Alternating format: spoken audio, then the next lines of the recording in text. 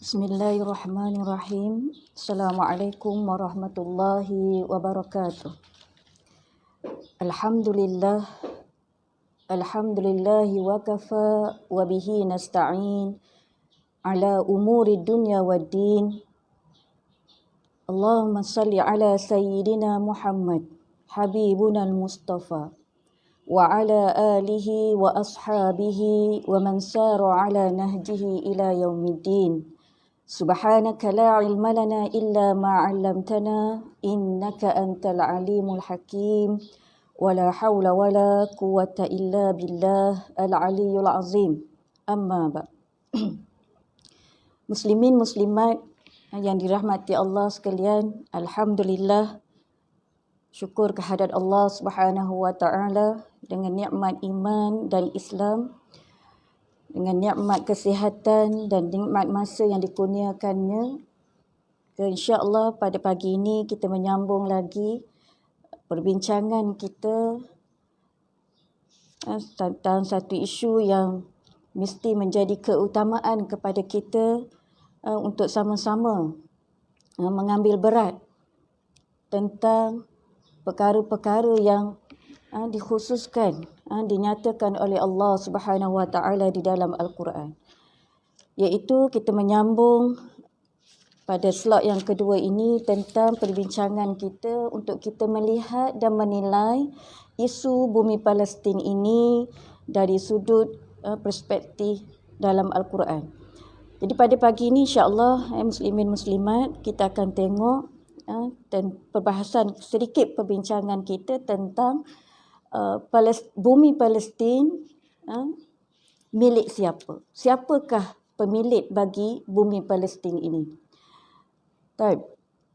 Yang pertama, bila membincangkan tentang tajuk ini, kita kena perlu untuk kita melihat daripada sudut dasarnya, iaitu Palestin merupakan bumi yang diberkati, bumi rahmat, bumi yang istimewa, yang mana sejarahnya banyak ayat-ayat Al-Quran menyebut tentang sejarahnya di dalam Al-Quran yang telah ditentukan oleh Allah Subhanahu wa taala sejak ribuan tahun yang dahulu.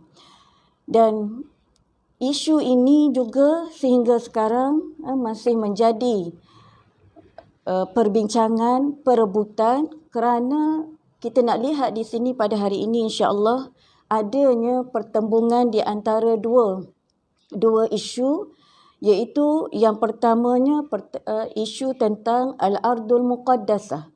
Bagi kita orang yang beriman, kita melihat bumi Palestin ini merupakan tanah suci yang dimuliakan oleh Allah Subhanahu wa taala.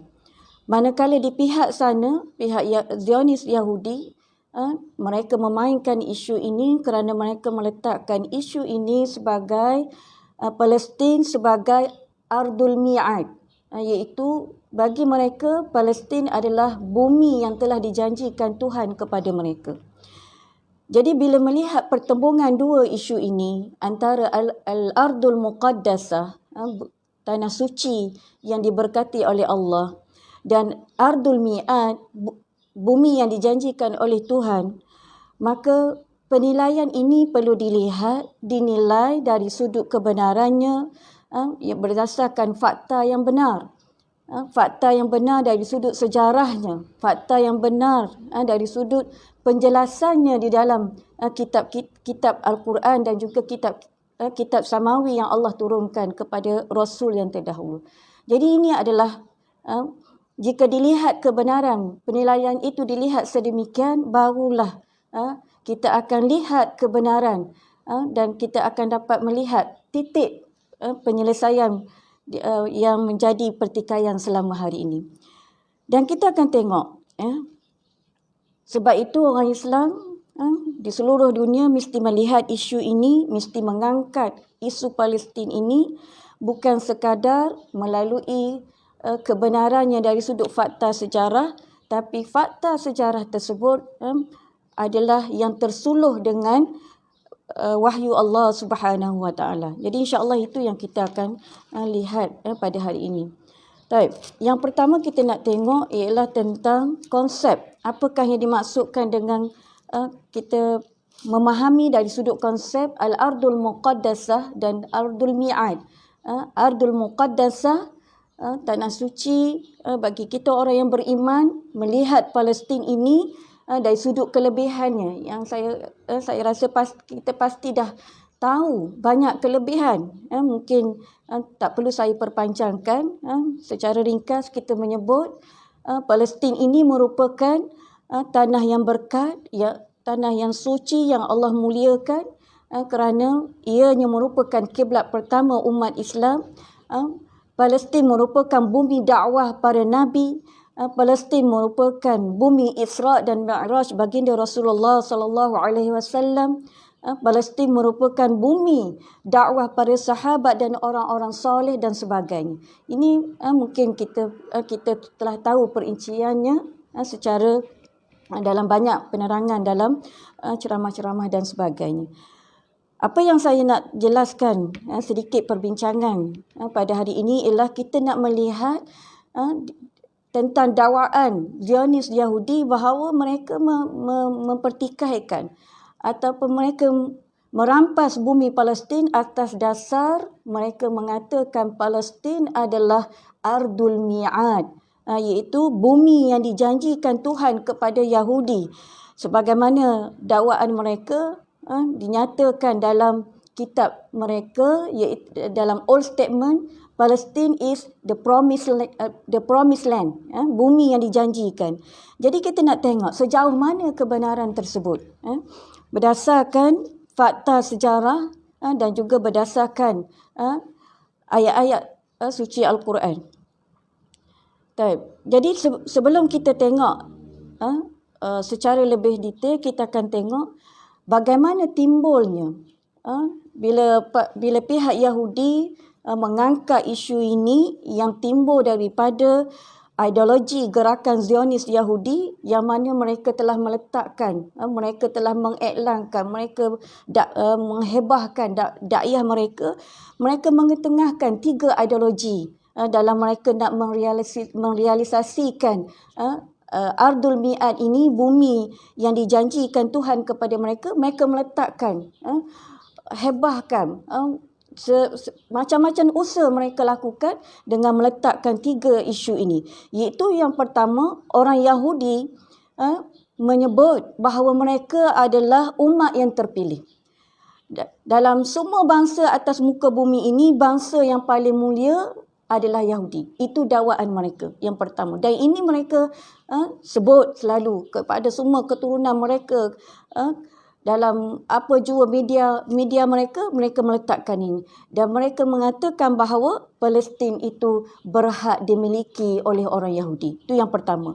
Yang kedua, Yahudi juga meletakkan Palestin sebagai bumi yang dijanjikan Tuhan. Ardul Mi'ad ini adalah janji Tuhan yang bersifat selama-lamanya.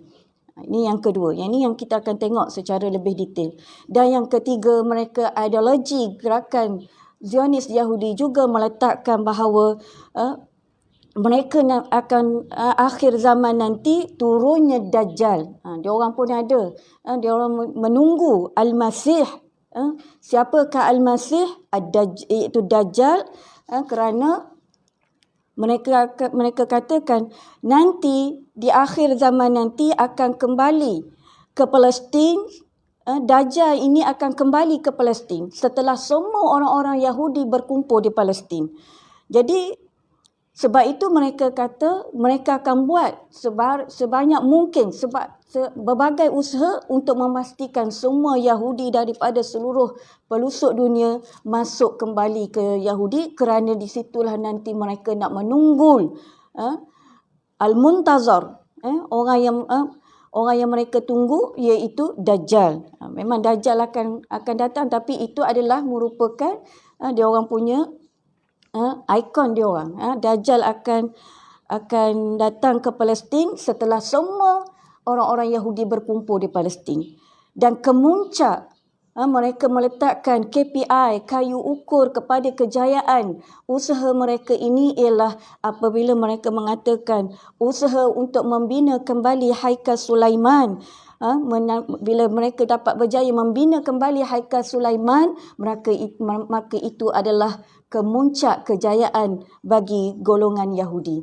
Jadi ini muslimin muslimat, 3 perkara, 3 ideologi yang telah diletakkan oleh Yahudi, Zionis Yahudi bagi memastikan segala usaha gerak kerja mereka mendapat kejayaan. Jadi kita akan tengok mungkin kita akan sentuh isu ini berdasarkan fakta sejarah dan juga kita akan tengok berdasarkan apa yang telah disebut dalam Al-Quran dan juga kitab-kitab terdahulu. Kita akan tengok bagaimana kita nak ataupun kita nak menolak hujah ideologi yang pertama ini, iaitu yang pertama apabila Yahudi menyebut bahawa mereka ialah umat yang terpilih. Sebagaimana mereka kata dalam Al-Quran ada menyatakan, dan memang Allah merakamkan ungkapan dakwaan sombong orang-orang Yahudi ini. Dalam surah Al-Maidah ayat 18 Allah menyebut wa qalatil yahudu wan nasara nahnu abna'ullahi wa ahibba'u. Dan berkata orang-orang Yahudi, diletakkan orang Yahudi dulu, menunjukkan bahawa orang yang paling zalim, yang paling jahat ialah Yahudi. Diikuti dengan dakwaan juga orang-orang Nasrani bahawa nahnu abna'ullah, kami adalah anak-anak Allah, wa ahibba'uh, dan kami juga merupakan kekasih-kekasih Allah. Jadi mereka mendakwa ini menunjukkan bahawa memang kami adalah orang-orang yang Allah pilih. Jadi puan-puan, kita kena faham, kita sebagai orang beriman melihat pentafsiran Al-Quran ini mesti sepenuhnya. Mereka meletakkan di situ, itu Allah quotekan kata-kata mereka hanya di situ. Dan kita lihat apa hujah kita bila Allah menyebut selepasnya pada ayat pada huraian ayat seterusnya, qul falima yu'azzibukum bidzunubikum. Katakanlah, kalau benar apa yang kamu katakan bahawa Yahudi ini anak-anak Allah, kamu ni umat yang mulia yang dipilih oleh Allah, kenapa Allah falima yu'azzibukum bizunubikum? Kenapa Allah menurunkan azab ke atas kamu? Kita akan tengok sebentar lagi apa dia seksaan-seksaan dan hinaan-hinaan yang Allah timpakan kepada mereka. Diazab mereka dengan sebab dosa-dosa yang mereka lakukan. Dosa terbesar yang mereka lakukan apabila mereka engkar, mereka kufur menentang perintah Allah Subhanahu wa taala. Jadi Allah kata, kalau benar, kenapa kamu masih ditimpa dengan azab Allah Taala? Bahkan Allah menafikan bahawa bukannya Yahudi, bukannya Nasrani yang merupakan umat terpilih. Kerana Allah menyebut pada ayat seterusnya, bal antum basyarum mimman khalaq. Bahkan kamu wahai Yahudi hanyalah sama seperti manusia yang lain yang Allah ciptakan. Tak ada beza. Dari sudut fitrah kejadiannya sama. Yaghfiru liman yasha wa yu'adzibu man yasha. Allah menyebut Allah akan mengampunkan bagi sesiapa yang Allah kehendaki. Kerana dari asalnya Allah letak kat sini menyebut dengan kalimah Yahudi. Kita dah bincangkan pada slot yang lepas perbezaan. Kenapa dibezakan penggunaan Yahudi dan Bani Israel. Yang asalnya Yahudi ini yang berasal daripada keturunan Bani Israel, tetapi telah bertukar statusnya menjadi Yahudi disebabkan kekufuran mereka. Jadi sebab itu Allah sebut kat sini jelas, wa qalatil yahud, berkata orang Yahud itu yang layak bagi kamu. Tetapi ada sebahagian di kalangan Bani Israel bila beriman, bertaubat, maka yaghfiru liman yasha, Allah akan ampunkan bagi barang siapa yang bertaubat, wa yu'azzibu man yasha, dan Allah akan menurunkan azab kepada bagi sesiapa yang kufur. Ini jelas muslimin muslimat tentang penafian pada ayat yang mereka gunakan mengatakan bahawa mereka adalah umat yang mulia. Jadi kita nak melihat secara lebih detail, benarkah Yahudi ini lebih dimuliakan? Kita akan tengok. Sebab mereka sebut lagi bahawa dalam Al-Quran Allah menyebut, Allah melebihkan mereka dengan berbagai-bagai nikmat. Sebagaimana disebut dalam surah Al-Baqarah ayat 47. Ya Bani Israel, udhkuru ni'mati allati an'amtu alaikum wa anni faddaltukum 'alal 'alamin. Wa anni faddaltukum 'alal 'alamin. Wahai Bani Israel, ingatlah kamu akan pelbagai nikmat yang telah aku turunkan kepada kamu. Dan Allah sebut 2 kali di ulang ayat ini dalam surah Al-Baqarah. Wa anni faddaltukum 'alal 'alamin. Dan sesungguhnya aku melebihkan kamu ke atas umat-umat yang lain. Persoalannya, bila memahami ayat ini yang Allah ulang sebanyak 2 kali dalam surah Al-Baqarah, memahami konteks ayat ini bila Allah menyebut ya Bani Israel, wahai Bani Israel, bukan orang Yahudi. Persoalannya, siapakah Bani Israel yang dilebihkan tersebut? Dan bila kata wa anni faddaltukum 'alal 'alamin, aku melebihkan kamu, yakni kepada Bani Israel ke atas umat yang lain. Ke atas umat manakah mereka ini dilebihkan? Dan kenapa mereka dilebihkan? Muslimin muslimat, bila persoalan ini diajukan kepada golongan Yahudi, nescaya mereka tidak akan dapat menjawab. Bukan tak nak jawab, mereka tahu jawapan itu tidak akan memihak kepada mereka. Kenapa? Kerana bila kita melihat kepada pentafsiran ayat tersebut, maka jelas terbongkar segala penipuan, segala penyelewengan Yahudi, dakwaan Yahudi tersebut. Kerana apa jawapan ini dijelaskan oleh Allah Subhanahu Wa Taala bahawa Allah melebihkan, yang pertamanya Allah melebihkan dalam ayat itu Bani Israel, bukannya Yahudi. Disebut secara khusus perkataan Bani Israel. Dan siapa Bani Israel? Kita dah bincangkan, iaitu golongan Bani Israel daripada keturunan Nabi Yaqub alaihi salam, golongan beriman yang terdahulu, antaranya yang banyak dibincangkan merujuk kepada pengikut Nabi Musa alaihi salam. Kerana secara khusus ayat ini merujuk kepada pengikut Nabi Musa pada waktu tersebut.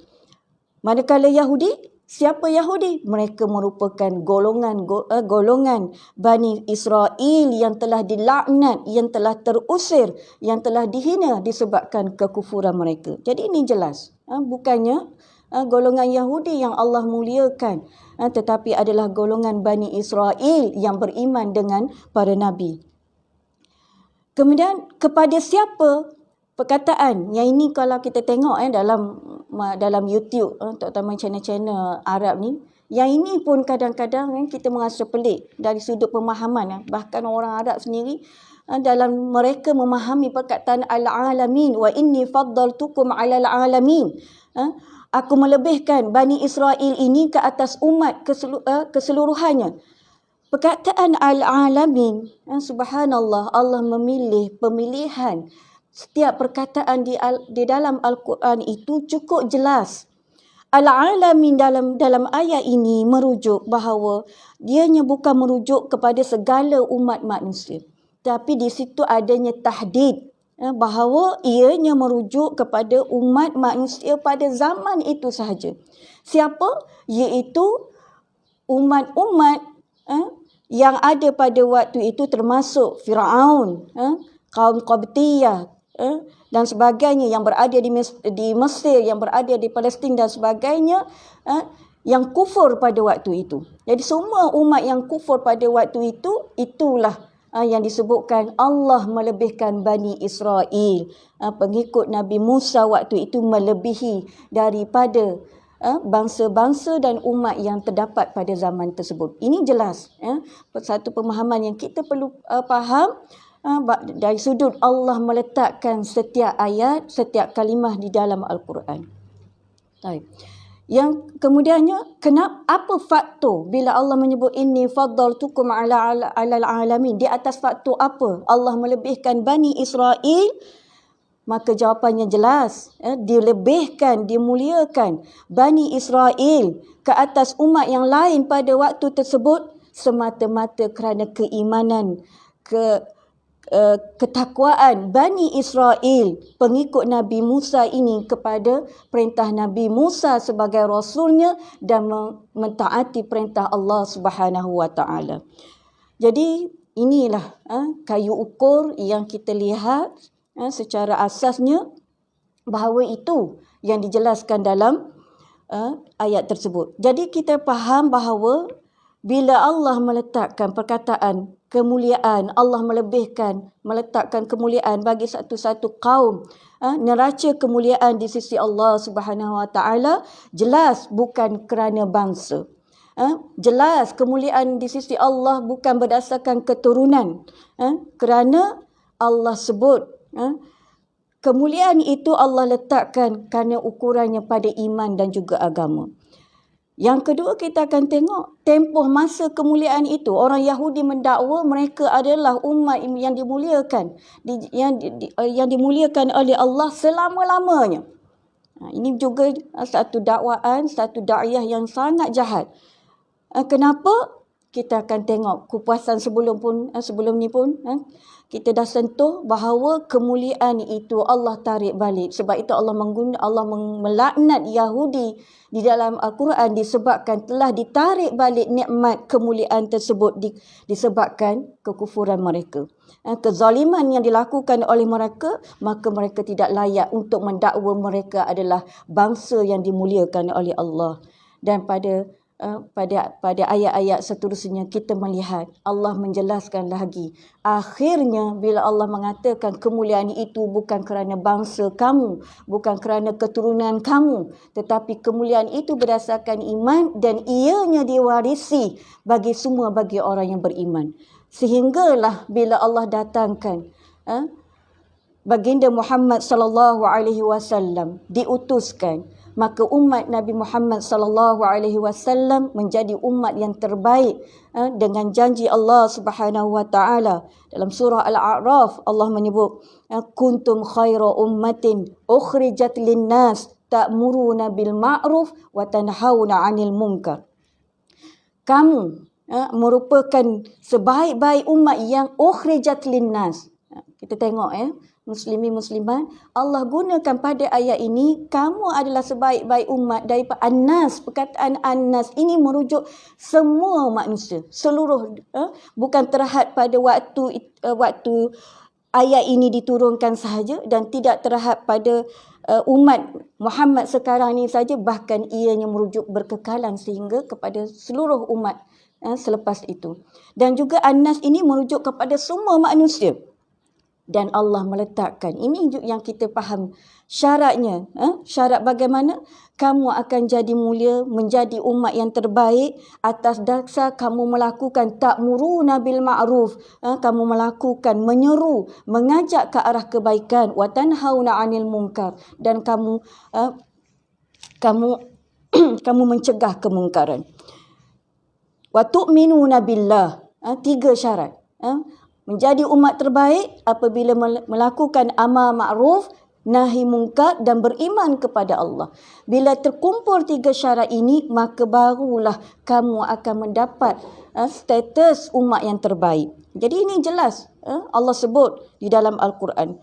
Dan Allah jelaskan lagi sebagai menerangkan lagi dakwaan orang-orang Yahudi tentang kemuliaan Allah kepada mereka. Allah menyebut walau amana ahlal kitab lakana khairan lahum. Walau amana, kalaulah telah beriman ahli kitab. Golongan ahli kitab merujuk golongan Yahudi, golongan Nasrani yang berpegang kepada kitab pada zaman mereka itu, beriman, lakana khairan lahum, maka itu nescaya itu merupakan perkara yang paling baik untuk kamu. Tapi apa tindakan mereka? minhum al-mu'minun wa aktsaruhumul fasiqun. Sebahagian sahaja daripada mereka menjadi orang-orang yang beriman, bahkan kebanyakan daripada mereka menjadi orang-orang yang fasik. Ini jelas ya, muslimin-muslimat tentang kita nak menolak hujah dakwaan golongan Yahudi bahawa mereka adalah umat yang terpilih. Baik. Yang kedua, kita nak melihat dari sudut isu yang kedua tadi, ideologi yang kedua yang dimainkan oleh golongan Yahudi yang mengatakan bahawa Palestin merupakan ardul mi'ad, iaitu bumi yang dijanjikan Tuhan kepada mereka. Maka mulalah meroyangnya orang Yahudi ni macam orang tak tahu, macam-macam usaha duk heboh mengatakan ini tanah air mereka, tanpa ada fakta yang jelas dimainkan isu ini. Dan betapa ramai juga orang-orang yang beriman yang percaya dengan dakwaan mereka ini. Ini satu perkara yang amat malang. Dan bagi kita melihat isu ini, kita melihat dari dua sudut. Satu, kita melihat dari sudut sejarah.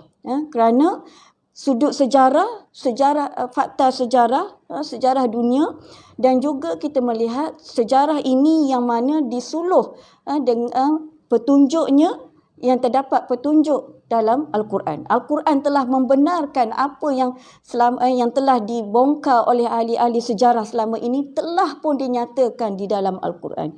Subhanallah. Jadi kita akan tengok berdasarkan sudut awal, sejarah awal penempatan bumi Palestin. Awal-awal dulu, siapakah sebenarnya penduduk Palestin ini? Yang didakwa oleh orang Yahudi, mereka lah, sebab itu tanah air mereka. Tak mana kita nak tengok, dari sudut sejarahnya kita akan tengok.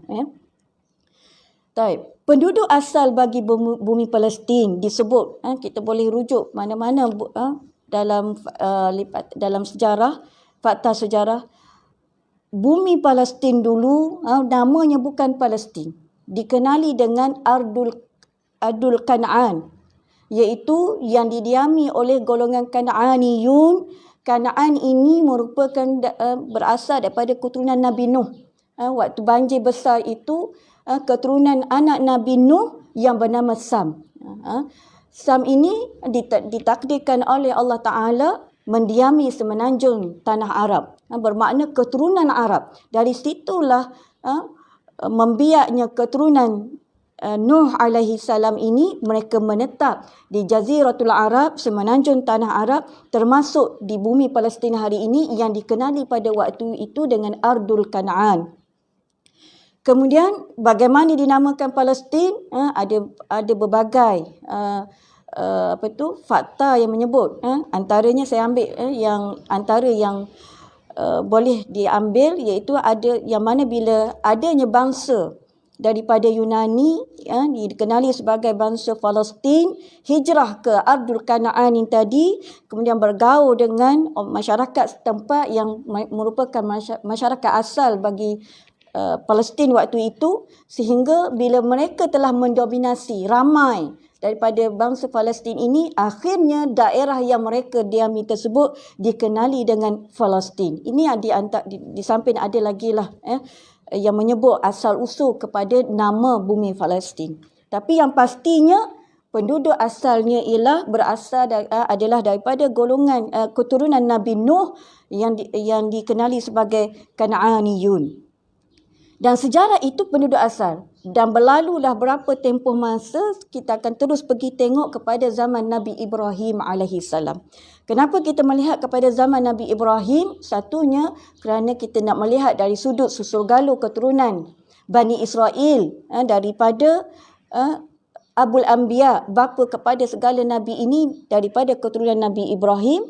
Dan juga kita nak melihat bagaimana datangnya yang menjadi asbab kepada Nabi Ibrahim berada di bumi Palestin. Muslimin muslimat, bila kita melihat kepada sejarah Nabi Ibrahim alaihissalam yang disebutkan di dalam Al-Quran, merupakan salah satu qasasul anbiya, kisah-kisah para nabi yang terdapat di dalam Quran, disebutkan bagaimana diperintahkan kepada Nabi Ibrahim. Nabi Ibrahim yang berasal daripada bumi Iraq, daripada Iraq, Allah perintahkan untuk pergi berhijrah. Allah sebut untuk pergi berhijrah ke bilad Syam, ke negara Syam. Apa dia Syam? Syam pada hari ini dulu, bila kata Syam ini, dia adalah satu tempat yang terdiri, kalau sekarang ini terdiri daripada 4 negara, iaitu Palestin, Jordan, Syria dan juga Lebanon. Jadi pada waktu itu setelah Allah menyelamatkan, Allah sebut dalam surah Al-Anbiya ayat 71, wa najaynahu wa lutan ilal ardi allati barakna fiha lil alamin. Tengok ya, muslimin muslimat, Allah sebut wa najaynahu wa lutan, dan kami telah menyelamatkannya, yakni Ibrahim, wa Lut, dan juga Nabi Lut.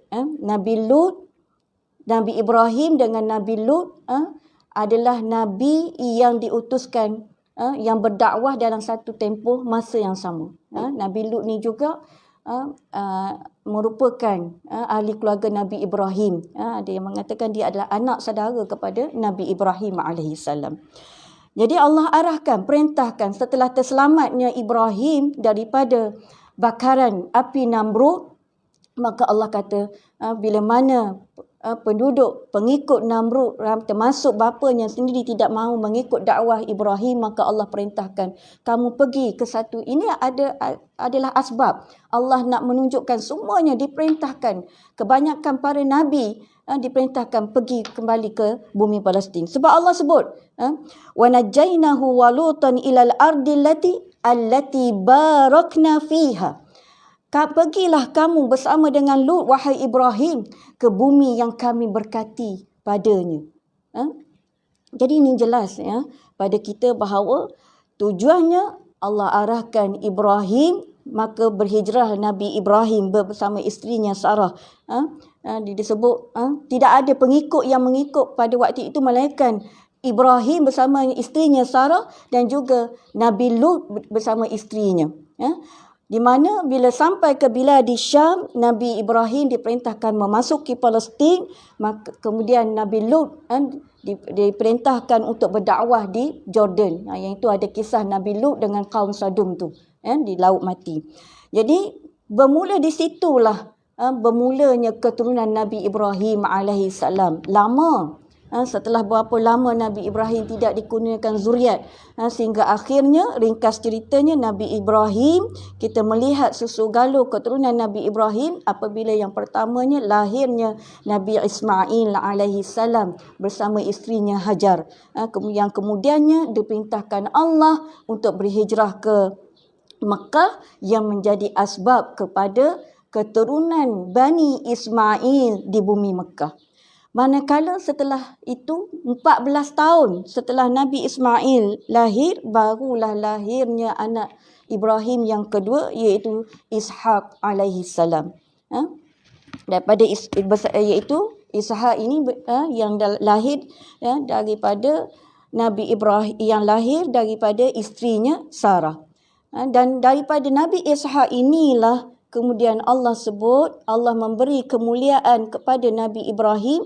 Yang pertamanya dikurniakan Ishaq, kemudian Yaqub nafilatan, sebagai tambahan kemuliaan kepada Nabi Ibrahim.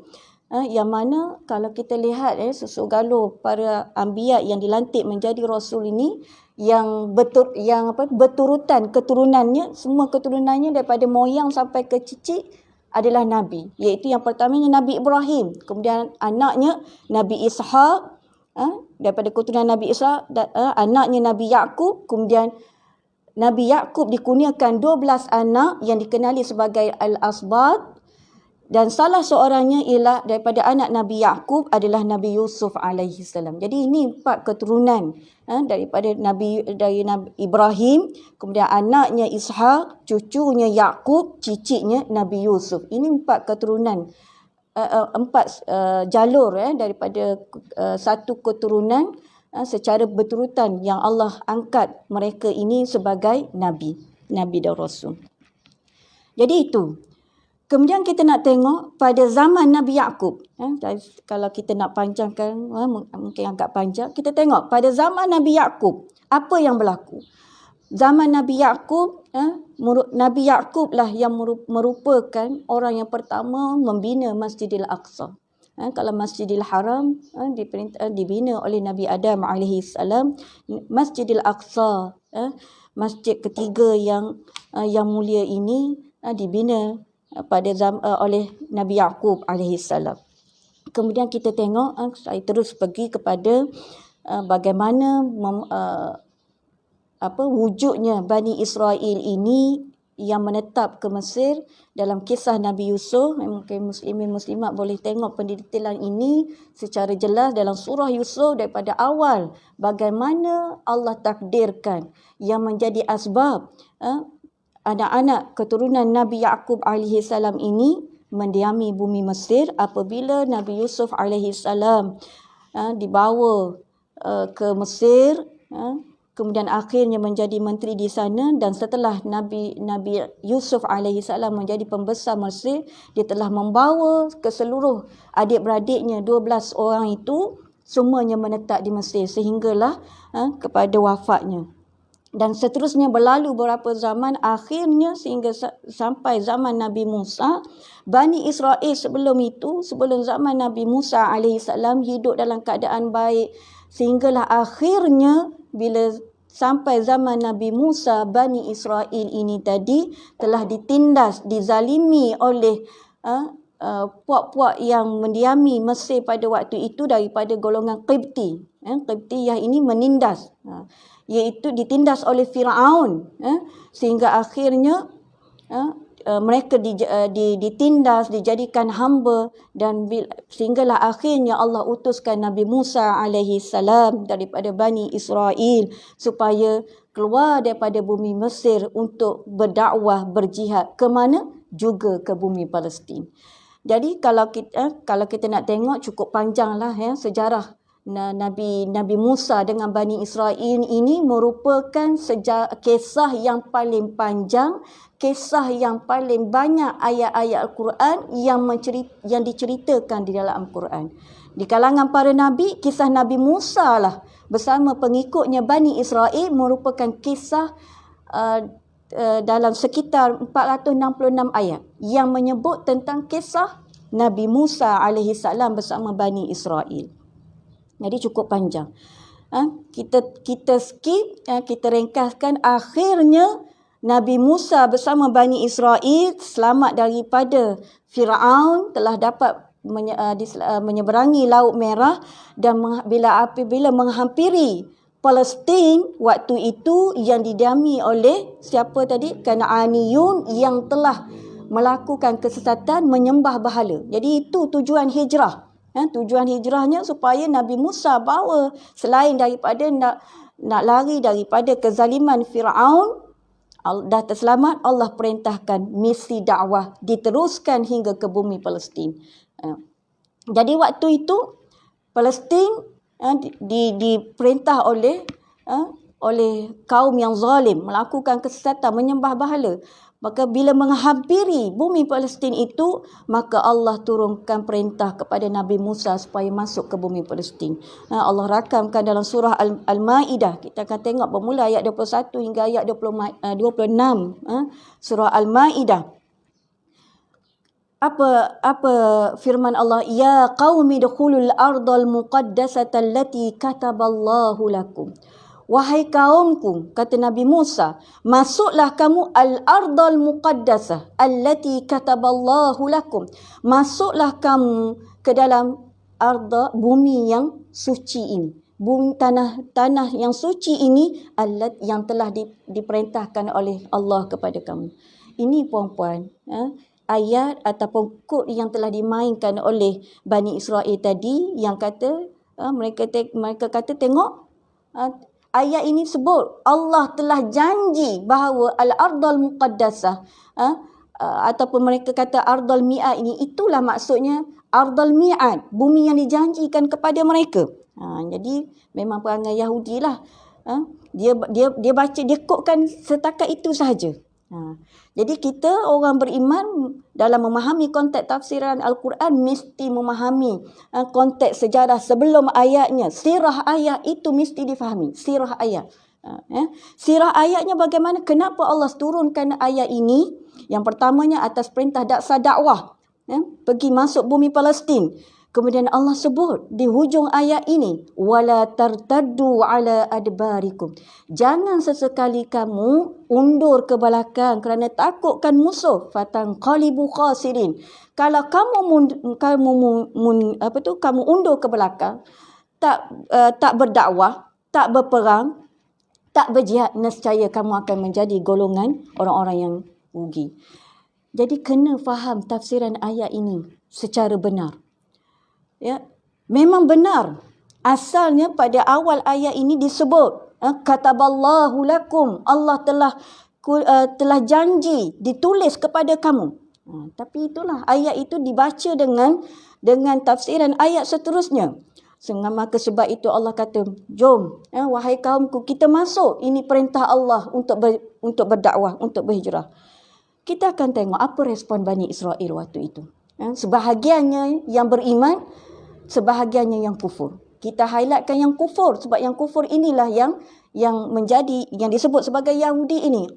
Qalu ya Musa inna fiha qauman jabbarin. Wahai Musa, dalam tu ada orang yang hebat, gagah perkasa, kami ni penakut. Itu salah satu sifat Allah rakamkan, sifat bacul, sifat penakut Bani Israel. Wa inna lan nadkhulaha, kami tak akan masuk sehinggalah mereka dah keluar baru kami masuk. Atau ada pula macam tu. Ada ke orang perang, kamu keluar baru kami nak masuk. Mana maunya? Bukan itu maksud berperang, berjihad di jalan Allah. Dan Allah sebut pada ayat seterusnya, ayat 24. Qalu. Kemudian adalah beberapa ayat sebelum tu, tapi saya nak terus kepada nak kutkan apa yang disebut oleh Bani Israel. Jadi qalu ya Musa, wahai Musa, inna lan nadkhulaha abada ma damu fiha. Inna lan, wahai Musa, kami takkan sesekali lan kat situ. Kami tak akannya masuk selagi mana ada orang kat dalam tu. Nampak? Dia bagi alasan, memanglah mana mahu orang penduduk asal tu mahu keluar daripada bumi Palestin itu. Fazhab anta wa rabbuka faqatila. Kamu je lah pergi berperang dengan Harun, katanya. Kami ni inna hahuna qa'idun. Kami kat sini duduk tengok je lah, katanya. Ini Allahu Akbar. Maka telah jelas Allah kata jangan, perintah Allah awal-awal mereka ingkari. Allah kata wala tartaddu ala adbarikum. Jangan kamu mundur. Maka nescaya kalau kamu undur, kamu akan dapat rugi. Apa kerugiannya? Ditafsirkan, dijelaskan oleh para mufassirin tentang kerugian yang Allah sebut di dalam ayat ini. Kita akan tengok antara kerugiannya Allah sebut pada ayat 26. Ayat seterusnya Allah kata qala muharramatun alaihim arba'ina sanatan yatihuna fil ard. Yang ini cuba nanti puan-puan kita semak ayat ini, kita akan tengok kat situ dari sudut pentafsiran. Salah satu kita nak memahami pentafsiran, kita tengok dari sudut cara bacaan juga. Kalau kat situ kita akan tengok ada kat situ wakaf tam. Qala muharramatun alaihim. Diwakafkan kat situ, kemudian diteruskan sama ada diwakafkan kat situ, dan kita sambung pada wakaf yang kedua tu arba'ina sanatan yatihuna fil ard. Jadi dalam nak memaham maksudnya apa? Maka disebabkan kamu engkar, kamu melawan Allah Subhanahu Wa Taala, Allah kata maka bumi yang asalnya Allah kata ditulis untuk kamu muharramatun alaihim, telah Allah haramkan ke atas mereka. Arba'ina sanatan yatihuna fil ard. Selama 40 tahun mereka merayau-rayau. Allah kata waktu itu Allah jadikan 40 tahun Bani Israel ini berada di padang pasir Sinai. Tak boleh jalan, tak ada jalan keluar. Ada yang kata maknanya di padang sepanjang 40 tahun mereka duduk dalam tu sahaja. tak boleh keluar. Ini di antara azab yang Allah kurniakan, yang Allah timpakan, bukan kurnia, azab yang Allah timpakan kepada mereka waktu itu, 40 tahun. Jadi dalam memahami konteks ini, saya ambil beberapa pandangan. Salah seorang yang bila memahami ayat, bila membaca ayat ini, saya pernah bertanya kepada Syekhah Nailah Hashim Sabri. Dia ni adalah isteri kepada khatib Masjidil Aqsa sekarang, iaitu Syekh Ikrimah Sabri, yang mungkin ramai di kalangan kita yang mengenali beliau. Syekh Ikrimah Sabri, isterinya Nailah Hashim Sabri. Bila saya dalam rangka menyiapkan kajian saya tentang tesis, dia Nailah Hashim Sabri ni dialah satu-satunya mufassirah, ahli tafsir wanita yang berjaya menafsirkan Al-Quran lengkap 30 juzuk. Subhanallah. Masih hidup di Palestin, bersama dengan Syekh Ikrimah Hashim Sabri ini. Boleh tengok dalam channel YouTube banyak tentang beliau dan juga terutama tentang Syekh Ikrimah Sabri. Jadi dalam tafsiran ayat ini, dia jelaskan, bila saya tanya apa sebenarnya tafsiran sebagai ayat ini, dia kata ayat ini perlu dibaca. Bacaan yang betul ialah mewakafkan pada perkataan qala muharramatun alaihim. Allah sebut, maka sejak itu, maka bumi Palestin itu diharamkan bagi orang-orang Yahudi. Kerana apa? Manakala arba'ina sanatan dibaca arba'ina sanatan yatihuna fil ar. Itu merujuk kepada dua perkara. Satu, Allah haramkan bumi Palestin kepada Yahudi. Kemudian yang keduanya, Allah timpakan azab kepada Bani Israel waktu itu dengan mereka menjadi hidup dalam kebingungan, meraya-raya tak tentu arah selama 40 tahun. Dan bila kita lihat, dan begitu juga beberapa pandangan mufassir yang lain dalam kitab-kitab tafsir, antara juga yang disebutkan oleh Said Hawa dalam tafsirnya Al-Asas fi Tafsir, dia kata kenapa hukuman Allah menghukum Bani Israel dengan hukuman demikian, diharamkan bagi mereka. Kemudian mereka duduk pada waktu itu berada dalam kebingungan disebabkan mereka telah melakukan dosa fasik. Fasik, melakukan dosa besar. Apa dosa besarnya? Iaitu mereka telah meninggalkan, lari daripada medan jihad. Salah satu al-kabair, dosa besar, ialah melakukan lari daripada medan jihad. Diperintahkan untuk berjihad tapi mereka engkar, maka mereka menjadi orang fasik. Sebab itu ayat itu Allah sebut fatan khalibu khasirin, mereka mendapat kerugian di atas dosa mereka melakukan dosa besar, maka mereka menjadi orang yang fasik. Kemudian akhirnya muslimin muslimat, kita akan tengok, mungkin saya kena ringkaskan, setelah wafatnya Nabi Musa, kemudian diteruskan dakwah itu pada zaman Nabi Yusha' bin Nun, kemudian akhirnya kepada Yusha' bin Nun, kemudian ada kisah di situ, kisah Talut dan Jalut, kemudian kisah Nabi Daud dengan Sulaiman. Terus saya nak ambil kepada kisah Nabi Sulaiman. Nabi Sulaiman yang akhirnya membina kembali. Selepas itu berlakunya kehancuran Palestin. Kemudian bila di Palestin hancur kali yang seterusnya apabila ditindas oleh beberapa bangsa. Akhirnya pada zaman Nabi Sulaiman bina balik, baiki balik Masjid Al-Aqsa yang rosak, dibina balik, dan tempat itulah dikenali sebagai Haikal Sulaiman. Yang mana orang Yahudi sekarang dia duk sibuk kata padahal tak beriman pun waktu itu dengan Nabi Sulaiman, tapi sekarang duk mendakwa nak membina balik Haikal Sulaiman yang berada di dekat dengan Masjidil Aqsa, sehingga sampai sekarang mereka melakukan korek terowong di bawah Masjidil Aqsa itu dengan tujuan mereka nak merobohkan Masjidil Aqsa untuk diambil balik Haikal Sulaiman di bawahnya, untuk mereka bawa ke di tempat berhampiran dengan Masjidil Aqsa itu terdapat satu bukit yang mereka dikenali sebagai Bukit Zion, Bukit Zioni. Itu asal usul juga daripada perkataan Zionis. Jadi benarlah Allah sebut apa berlaku, kita akan tengok kita kena pendekkan ceritanya. Akhirnya selepas zaman Nabi Sulaiman wafat, kemudian diutuskan beberapa orang nabi, akhirnya sampai ke zaman era Nabi Uzair. Nabi Uzair. Yang ini kenapa kita nak tengok antara kekufuran, bentuk dosa besar yang dilakukan oleh Bani Israel, golongan Yahudi itu, yang terbesarnya apabila mereka mendakwa Uzair, seorang nabi yang diutuskan untuk berdakwah balik kepada Bani Israel ni yang telah sesat, maka mereka bila melihat mukjizat yang Allah kurniakan kepada Nabi Uzair, mereka mendewa-dewakan Uzair alaihi salam. Akhirnya mereka kata ini kalau bukan orang biasa, Uzair ini kalau orang biasa, sebab Allah kurniakan antaranya mukjizatnya, Uzair ini boleh tulis balik kandungan kitab Taurat. Waktu itu kitab Taurat dah hilang. Mereka tak tahu nak merujuk kepada kitab Taurat dan mereka telah menyelewengkan Taurat, ikutlah kata.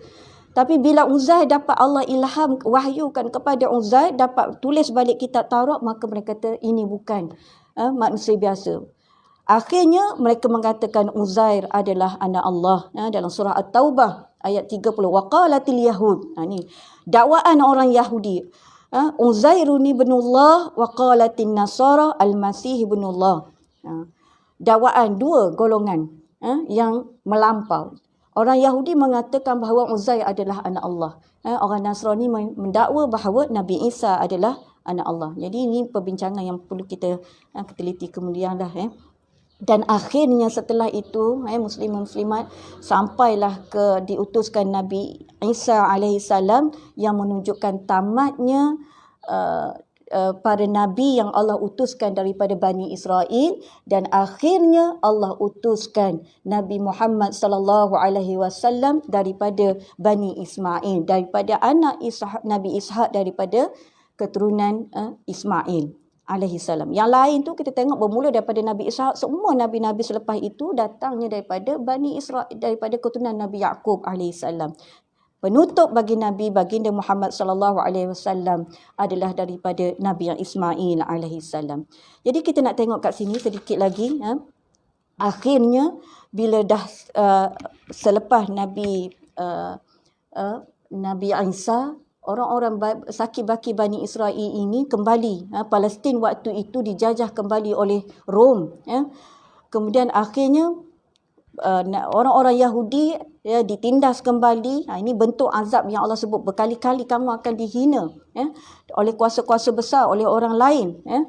Kemudian akhirnya keluarlah terusir Bani Israel dan sebahagiannya sampai ke Madinah. Kenapa wujudnya? Sebab itu kita akan tengok ayat-ayat yang diturunkan berkaitan dengan Yahudi adalah ayat-ayat yang diturunkan daripada ayat-ayat Madaniyah yang diturunkan pada waktu Nabi berhijrah ke Madinah. Bagaimana orang Yahudi ni boleh sampai ke Madinah? Kerana pada orang Yahudi, mereka percaya berdasarkan kitab suci mereka bahawa akhir zaman nanti akan datang seorang rasul. Mereka tahu dan memang benar disebut dalam Taurat. Cuma adalah bahagian-bahagian yang mereka selewengkan. Mereka menunggu-nunggu akan datangnya seorang nabi yang terakhir, iaitu datangnya daripada bumi yang banyak tamar. Bumi yang banyak tamar di mana waktu itu? Bumi Madinah. Yathrib waktu itu. Jadi mereka pergi ke situ kerana nak menunggu. Dan akhirnya apabila Allah utuskan Nabi Muhammad sallallahu alaihi wasallam daripada Nabi Ismail, keturunan Ismail, maka dari situlah bermulutnya episod marah, balas dan rasa tak puas hati. Sebab apa? Mereka dah rasa seronok ini. Mereka hanya berbangga. Keturunan tengok semua nabi-nabi daripada Bani Israel, daripada Yaqub alaihissalam, daripada Ishaq, seterusnya Yaqub alaihissalam. Tak ada daripada anak Ibrahim daripada keturunan Ismail. Akhirnya yang last sekali kenapa datang daripada Ismail. Jadi mereka tak puas hati. Inilah antara sebab punca dendamnya, hasadnya orang-orang Yahudi kepada baginda Muhammad sallallahu alaihi wasallam. Sampailah sekarang kita akan tengok, sebab itu dirakamkan. Perasaan kita dah bincang slot yang lepas tentang sikap-sikap orang Yahudi ni yang sombong, yang dendam dengan dakwah Nabi Muhammad sallallahu alaihi wasallam. Dan sampailah sekarang muslimin muslimat, kita akan tengok Yahudi yang mendiami Palestin sekarang ini, yang telah mereka lakukan bermacam-macam usaha bermula pada tahun 1948, peristiwa Nakbah. Mereka tubuhkan negara, kita nak sebut sebenarnya mereka tubuhkan dan labelkan negara itu sebagai Israel.